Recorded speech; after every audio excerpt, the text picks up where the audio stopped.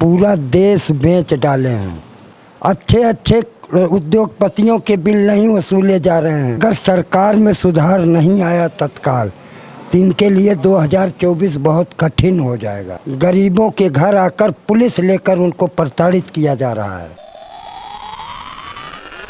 मैं गणेश मौर्य, आप देख रहे हैं न्यूज़ 9 नेटवर्क।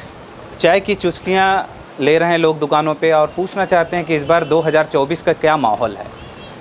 राहुल गांधी आएंगे या फिर से मोदी आएंगे, इसी पे हमारा सर्वे चल रहा है। आज यहाँ एक किसान लीडर से हमारी मुलाकात होती है और उनसे ही पूछेंगे, क्योंकि उनकी पगड़ी से मुझे पता चला कि ये किसान नेता है। ये बताइएगा, मोदी ने क्या अच्छे काम किए कि भाई देश की जनता उनको फिर से लाए? देश की जनता इनको इसलिए लाए कि इन्होंने जो भी कार्य किए हैं पूरा देश बेच डाले हैं। देश बेचने में कोई कसर नहीं डाले हैं, लेकिन जितना देश बेचे हैं उसकी कीमत आप लोगों के सामने नज़र आ ही रहा है कि यही डीजल और पेट्रोल 55 रुपया लीटर ले रहे थे, आज 100 रुपया में ले रहे हो।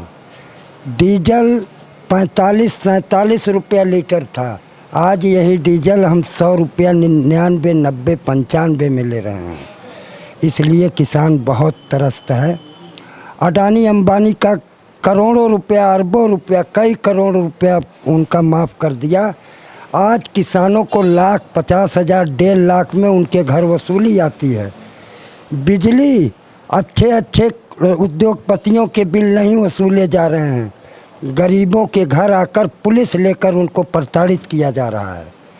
आज केवल राशन दिया जा रहा है तो 5 किलो प्रति यूनिट कर दिए हैं, लेकिन उन्हीं के सरकार के गुंडे और बदमाश कभी यशमाई के यहाँ जा कर के वसूली करने के नाम पर कभी उन कार्ड धारकों का नाम काट दिया जाता है तो कभी जोड़ दिया जाता है। अगर सही लोग जोड़वाने जाते हैं उनका सुना नहीं जाता है, लेकिन अगर कोटेदार 500 रुपया दिया तो जुड़ गया, 1000 दिया तो कट गया। ये सिस्टम बाबू चल रहा है पूरे गांव-गांव में, गरीब से लेकर अमीर तक ये चर्चा का विषय है। अगर सरकार में सुधार नहीं आया तत्काल तो इनके लिए 2024 बहुत कठिन हो जाएगा। आपने कहा कि जो देश पंडित जवाहरलाल नेहरू के समय से जो अब तक चला, जो बनाया गया, वो इन्होंने बेच दिया। क्या क्या बेचा है इन्होंने?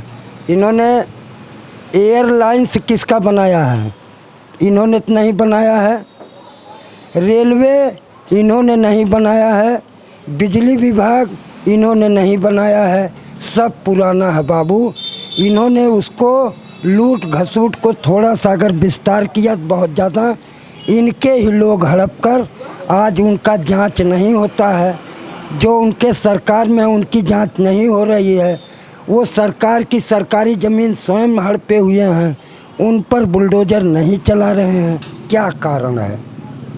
कहते हैं किसान बहुत खुश है, मोदी जी को किसान चाहते हैं। उनकी तरफ से यही कहना है कि किसान कहीं दुखी नहीं है। तो किसान कितना खुश है? किसान इतना दुखी है बाबू, लेकिन वो मजबूरी है। अगर अयोध्या में रहना है तो राम राम कहना है, बस। वो तो वक्त बताता है, जिस वक्त वो गुप्त कमरे में जाकर अपना मताधिकार का प्रयोग करता है उस समय समझ में आता है। कोई नहीं कह रहा था कि सपा सरकार हार जाएगी, वो बहुत विकास किया है, लेकिन जब इलेक्शन हुआ तो पता लगा कि 0 हो गए। यही बात किसानों में चल रहा है। मैं अभी लखनऊ से सीधा आपके सामने यही चाय पी रहा हूँ। कल हमारी बैठक जो है दारुल सफ़ा में हुआ था। इतिहास गवाही है, कम से कम 25,000 किसान वहाँ केवल बैठक में आए थे कि आगे की रणनीति क्या की जाए। हम लोग 2 तारीख को रखे हैं। अगर सरकार में सुधार नहीं आया, पुलिस देख लो, अगर कोई सही सच्चाई का एप्लीकेशन लेके जाता है तो उसको बैठा ले रहे हैं। तो भैया सरकार तो इन्हीं का है, भाजपा का तो कहलाएगा। इनको शासन और प्रशासन इनके सब बेलगाम हो चुके हैं। किसान मजदूर बहुत त्रस्त है। नहीं, सरकार में गुंडा राज है ना, भ्रष्टाचार है, फिर आप कैसे आरोप लगा रहे हैं? बिल्कुल, इसको मैं मानता हूँ कि भ्रष्टाचार और गुंडागर्दी नहीं है, लेकिन वो केवल कागज में है। सच्चाई ज़मीनी स्तर जो अंदर बैठाया जाता है पुलिस चौकी में, उसके दिल से पूछो, और जो चक्कर लगाता है एसपी डीएम का, उसके दिल से पूछो। बाकी तो 2000 मिल गया, 4 दिन दारू पीने वाले कुछ भी बोल दें बाबू, लेकिन सच्चाई ये है कि गरीब एक बोरी यूरिया लेने जाता है 265 रुपये, 67 रुपये 50 पैसा है, लेकिन कम से कम वो 400 में एक बोरी लेता है, क्योंकि 300 का खाद देगा तो 150 का कहीं एमपी की मिट्टी, कहीं बाराबंकी की मिट्टी, उसको पीस कर पैकिंग बना करके उसको जिंक का रूप दे करके किसानों को ठगा जा रहा है बाबू। इसको आप देख लो, तमाम दुकानें खुली हैं, जांच करा लो, खाद भी नकली, जिंक भी नकली, लेकिन ऊपर से फ़ोटो देख करके किसान क्या है ले लेता है। अगर आप ये लग्घन नहीं लोगे तो आपको खाद नहीं मिलेगा, ये समस्या है बाबू। अच्छा, किसान साढ़ से कितना परेशान है? साढ़ों से उनकी खेती में किस तरह की परेशानी आ रही है? नहीं, हम तो साढ़ों के लिए ये कहेंगे उसका जिम्मेदार किसान है, और साढ़ से कोई हमारे इस ज़िले में विशेष नुकसान नहीं है।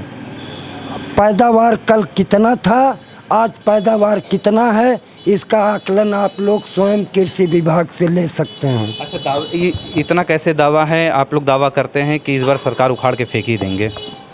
दावा इसीलिए है कि इनके जो नौकरशाही है, ये अपने नौकरों को बेलगाम छुट्टा सांड की तरह छोड़ दिए हैं। सांड से नहीं परेशानी है, लेकिन इनके नौकरों से बहुत गुंडागर्दी के नौकर हैं, इसलिए इनके नौकर जो है वो सांड से भी ज़्यादा खतरनाक हो गए हैं। बगैर पैसा लिए कहीं काम होने वाला नहीं है बाबू। एक आवास के लिए 10,000 20,000 किसी गांव में किसी गरीब के घर जाके आप पता करना, उसको भी मजबूर होकर के देना पड़ा है, तब उसको आवास मिला है। किसान आंदोलन हुआ, 3 कृषि कानून को लेकर, जो काले कानून थे उसको लेकर सरकार या कितने किसान की मौत हो गई, धरना प्रदर्शन हुआ, आंदोलन हुआ, उतना बड़ा आंदोलन हुआ, उसके बाद फिर किस तरह का लगता है कि किसान का किस तरह समर्थन मिलेगा उन्हें इस बार चुनाव में? किसान का इन्होंने हर बात माना है, तो नौकरशाहों पर तत्काल अगर लगाम नहीं लगाएंगे तो 2 अक्टूबर को जन आंदोलन शुरू होगा, और ये लाल बहादुर शास्त्री जी का 2 अक्टूबर को हम लोगों की जयंती अब की बार प्रयागराज से मनाया जाएगा।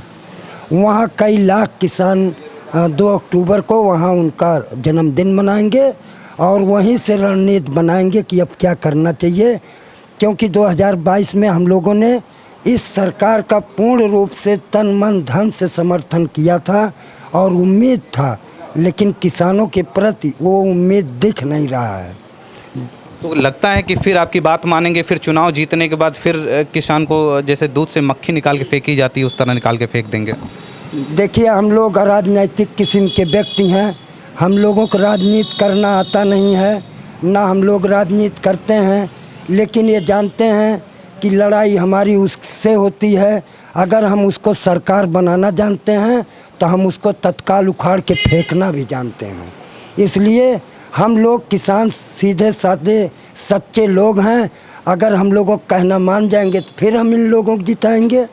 किसान आंदोलन में आप जेल गए थे? बिल्कुल, जेल हमारे घर बना हुआ था, मुझको मेरे घर पे यशो साहब की ड्यूटी लगी थी, मेरे साथ उन्होंने भोजन किया। मेरा गांव कचपुरा है, थाना सम्मनपुर है। डेली हमारा जितने दिन थे हम रेस्ट हाउस जो है नज़रबंद थे, हमारे साथ ही भोजन हुआ करता था।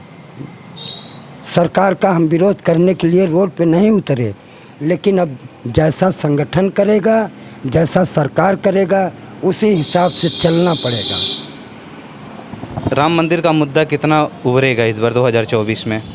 राम मंदिर का तो मुद्दा इतना बढ़िया है कि समझ लो कि एक चींटी कहीं से खरोच नहीं आई है, और तमाम सरकारें आई, तमाम कितना उपद्रव होता था आए दिन, इन सब बातों से ही संतुष्ट हो करके हम लोग इनका समर्थन और साथ दिए थे।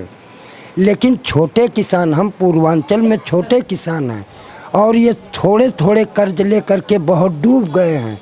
इन पर इनको हम लोगों ने बार बार कहा है कि कि किसानों को कर्ज मुक्त करके इनको किसानों को उद्योग का दर्जा दिया जाए, जिससे हमारा किसान आपके साथ था तो उसको भी लाभ मिल जाए।